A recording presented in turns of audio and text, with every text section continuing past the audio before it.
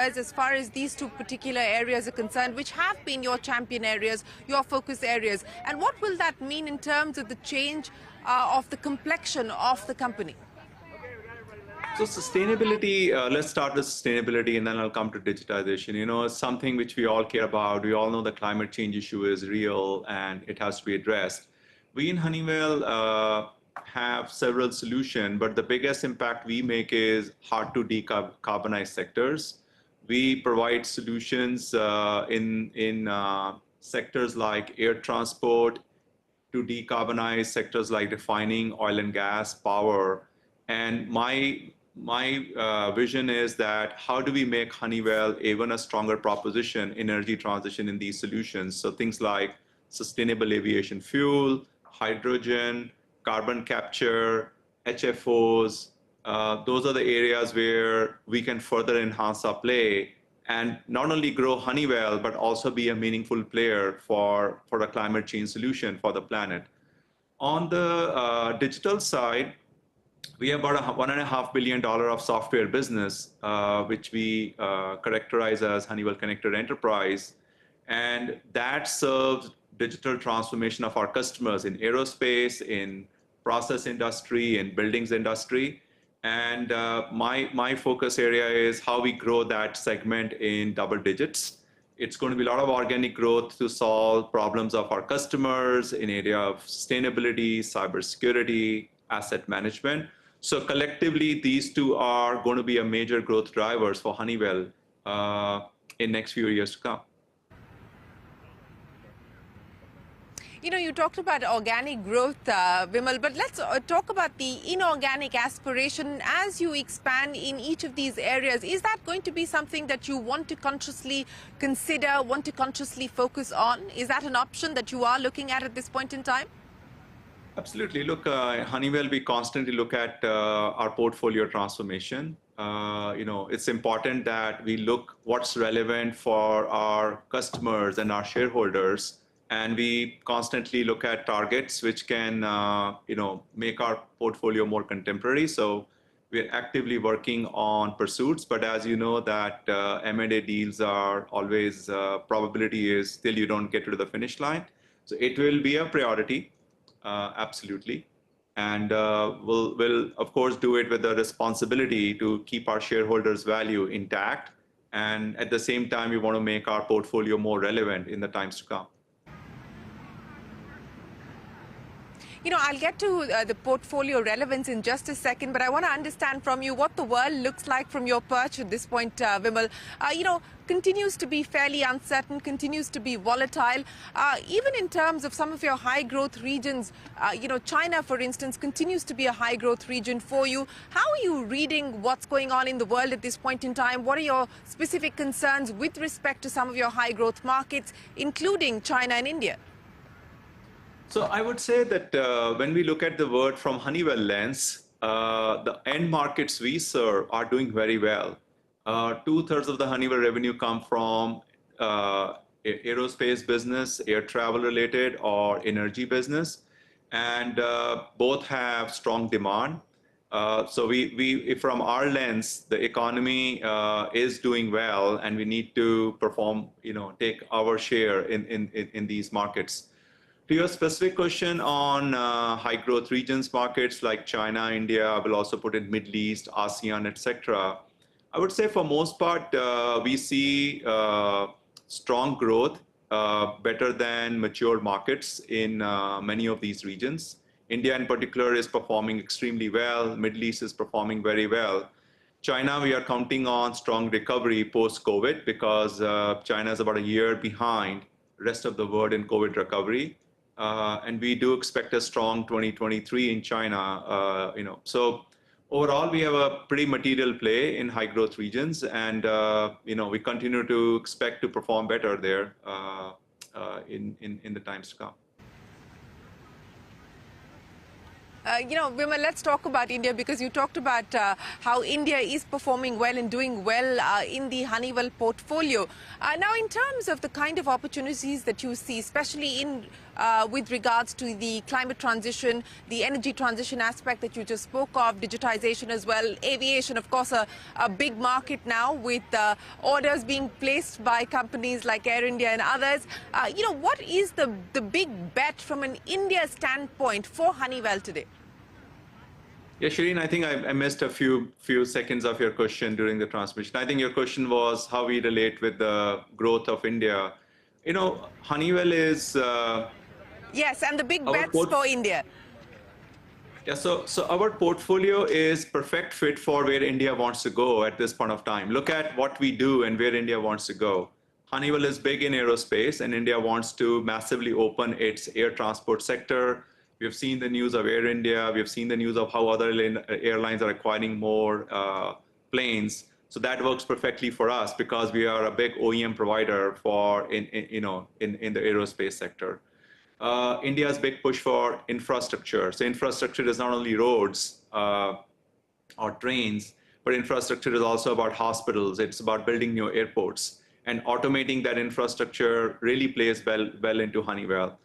Energy transition, India has some big plans to do energy transition in areas like hydrogen, adoption of more ethanol, and those are a few examples. And we are a big player in energy space, and we are working with all Indian customers as this energy transition work happens. So our portfolio fit is so strong with India wants to go, which gives me very high confidence that we are going to do very well in India next times to come. What would the aspiration be for the India business? I mean, just in the past year, you've seen your order book grow by about 12%. Yep. You've seen revenues grow by about 17%. But given what you just spoke of, the strategic fit between India's priorities and Honeywell's priorities, what's the aspiration for the India business? Big aspirations, I would say, and in both dimensions, to our domestic business and how we want to leverage India for our global operations. I think there's no reason our domestic business should not double in next 4 to 5 years' time. The India GDP growth is strong, and we should grow at least 2x of the GDP. So if India continues to grow 6 to 7% range, there is no reason that we should not grow 15%, every year over the next several years. So that's one big aspiration. From, we have a big global operation in India. We have been present to leverage India for engineering services for our operations for last 30 years. But also I see now a shift of that. While we keep it, the shift of that is going to be much more manufacturing oriented.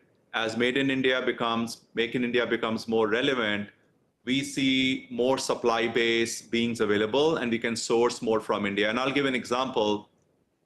We set up, a manufacturing facility along with our partner, Naveen Chemicals. They have set up a chemical manufacturing facility captive for Honeywell in state of Gujarat. And that to me is a great example of how we are leveraging India's efficient cost manufacturing, facilities for our global business. And as I mentioned before, as Make in India creates more supply base, in defense, in aerospace, in other sectors, we expect that sourcing will become another priority for us for India. So it's going to be three-dimensional. It's going to be our domestic business. It's going to be our continued global operation for our engineering operations, and then more and more sourcing from India.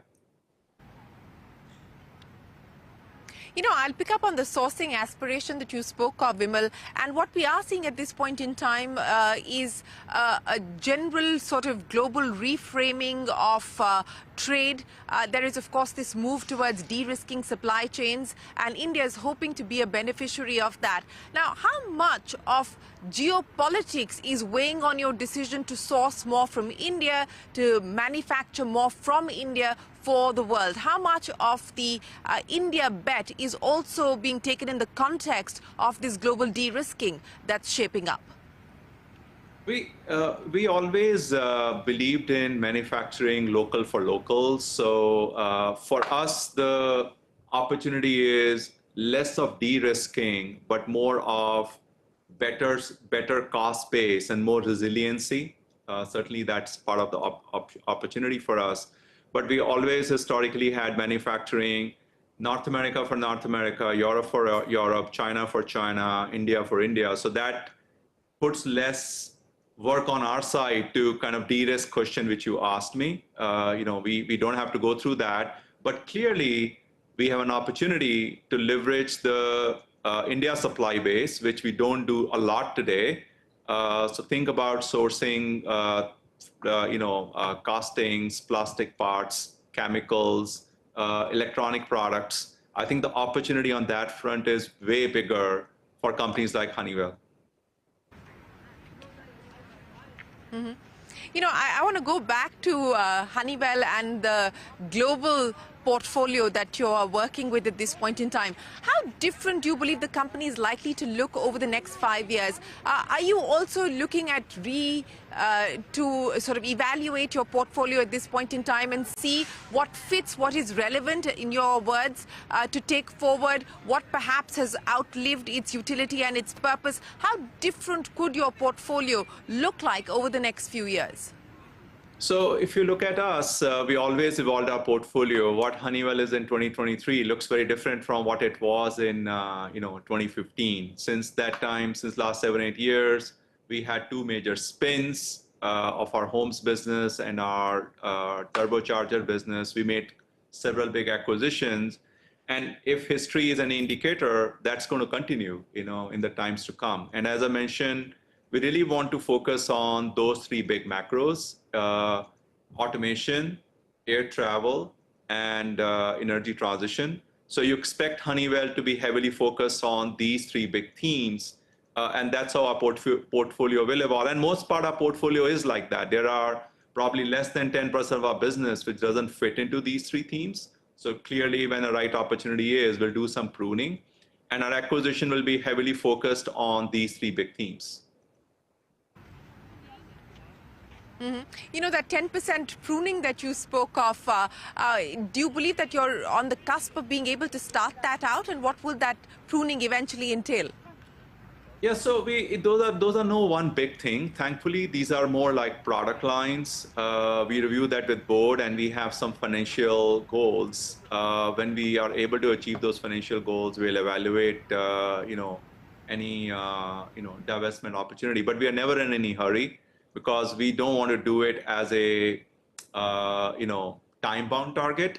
We want to do it when we get the right financial returns, and we run those businesses well. So I would say that simplification is a priority, and we will do it at the right time when we get right return for our shareholders for the segments which are lesser fit into our portfolio. Okay, so accelerating the three priority areas and simplifying the overall sort of portfolio in keeping with those priorities, that clearly seems to be the focus for you. I want to understand from you, as you look at the world today, and you spoke about some of the opportunities that the company is focused on, that you as CEO are going to be focused on. But if I may ask you, what are the key risks that you're factoring in today? What are the key concerns that you're sort of preparing or geared up for? I think key, Shereen, remains the geopolitical situation. We expect the world to not bring any more surprises. I think nobody predicted COVID happening in 2020. Nobody predicted a very high inflationary market happening in 21 and 22, or Ukraine war. So the risk always is the risk of unknown. And we in Honeywell has always dealt with it quite well. We expect to do that. But if less of that is there, we can perform much better for our shareholders. Yes, the hope is that we don't get hit by any further black swan events. But Vimal, 34 years at Honeywell, you started your career at PSU back in India before you moved to Honeywell, and it's been quite a journey for you. We've of course gotten used to the idea of seeing a lot of the large multinational tech companies having Indian origin CEOs. We're now starting to see that trend pick up outside of tech, and you're of course a great example of that. Why do you believe we're seeing the rise of Indian origin CEOs, not just across corporate America, but globally? What do you think is the X factor? What is making this trend tick? I have one funny answer and one serious answer. One funny answer is that we are 20% of the world population. So if 20% CEOs are from India, that should not be surprising, right? That's on the lighter note. I think enough has been written on that, so I'm not going to offer any new opinion. But the fundamental challenging environment many of us go through, dealing with uncertainty and dealing with complexity, prepares us for managing complex organization. I think that's my thesis. The uncertainties in India, we don't like it. When we grew up, India was a country of shortages. There was no electricity, there was enough water, roads were less, things of that nature. But the good news is how you learn and survive through that prepares you for dealing with difficult circumstances on a daily basis. And managing organization is in the end dealing with difficult circumstances every day, provide solution, lead the teams. And I believe that that training or that mindset prepares people from Indian origin, relatively better compared to others, but there's enough thesis and research on that, so I'm not going to offer any new opinion to you. Well, and I guess that's perhaps why you also enjoy taking on complex challenges as you have through the course of your career. The Prime Minister is going to be here. Prime Minister Modi is going to be meeting with President Biden. And we were just speaking with, many experts here who believe that the aspiration that India and the US should have in terms of bilateral trade should be at least $500 billion, if not more. In fact, we should aim higher. And many of the areas that, could be of mutual interest and of mutual benefit are areas that you just spoke about as opportunities Right. for Honeywell. How do you see the US-India relationship? What's your expectation, your ask and your hope from this meeting between Prime Minister Modi and President Biden? I would say the relationship is extremely well. So take it to the higher level is expectation of everyone. There are technology areas which have been well identified, ICET areas. So we talked about manufacturing broadly, but in particular high-tech manufacturing. Defense remains an area of mutual cooperation. We as Honeywell has interest in that, so we'll certainly support what both governments want to propose forward. Sustainability, climate change is an area of mutual interest. It's an area where collective will of all human beings is required to solve the challenges in front of us, so that collaboration should improve. India is doing some great steps. We in US have a lot of great technologies to offer, so how do we form a bridge to do that faster is another area I think we can do better. And finally, I would say in the area of computing, cybersecurity, that's another area where there's more collaboration and opportunities are there to work together. But it's like when the good news becomes better. This is something which is working extremely well. I had a chance to speak with Ambassador Sandhu a few days back, put forward our point of view. And I think opportunities like that are ample where we have access to the leadership of Indian government. They listen to us, they take our point of view, and I think that's a catalyst which I presume will continue to improve our relationship between the two countries. You said that you met with Ambassador Sandhu and you put your points of view forward on what you believe should be done to nurture and further amplify and accelerate this partnership. Top 3 priority items that you put on the table. It was the same things, Shereen, I mentioned. It's, developing more next step of policy in sustainability of climate change. That certainly, it's a joint agenda of two countries under ICET framework. How we collaborate more in the area of defense, because that's a priority for India, and we in Honeywell have a lot of expertise in that area, so how we bring that forward. So those two are, to me, the top 2 priorities from Honeywell perspective. Vimal, you talked about computing and cybersecurity as being potential areas of partnership and collaboration. But I also want to understand from you, everyone at this point in time is talking about AI and how AI is going to be transformative and disruptive for not just organizations, but for humanity. How are you gearing up for an AI-led, AI-driven world? What kind of bets are you placing on that front? So I would say it's early days for AI. we have to overcome the hype factor and figure out what do you do with it. And we are certainly looking at several areas to apply AI, both in context of our own operations, but also in context of our customers, because we have to look at from both the lens. For a company like Honeywell, which is an industrial manufacturing company, we see big use of AI in our software development. As you can imagine, there's a huge anticipation that coding work, software development work will dramatically become more efficient. So clearly we should benefit from that. We also see a lot of tasks in which we interface with our customer, like technical support. Those functions can be heavily automated. And that's good for our people and good for customers, because those are skills which are not easily available. So AI can complement that.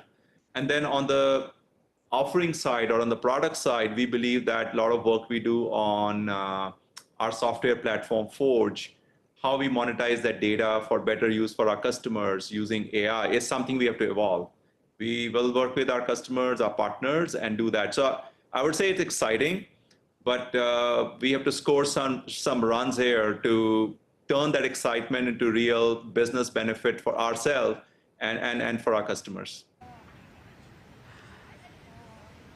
Speaking of runs, Vimal, what are you passionate about currently outside of business and outside of the role that you play as CEO? Are you managing to catch up with cricket? What else is driving you? What else do you make sure that you get to spend a little bit of your time on? Yeah, cricket, not as much. I mean, of course, I am a big cricket fan, but I think as you start living outside, you slowly lose touch to it. But staying healthy is my passion. I would say how you keep yourself, because your work is quite stressful. So you make sure that you're able to deal with the stress. So keeping yourself fit and maintaining a good, healthy regime is my big passion outside work. Well, Vimal, we wish you the very best of luck, and we look forward to seeing you back home in India. And congratulations once again on your new role, your tenure, and look forward to seeing you. Sure, and good luck with your trip in US, and best of times ahead. Thank you very much. Well, that is Vimal Kapur, the new CEO of global giant Honeywell, speaking to us, his first interview since he took over. That's it then on this edition of our special series, Global Dialogue. We're coming to you live from Washington, D.C., right outside the White House. For now, from all of us here on the team, goodbye. Thanks for watching.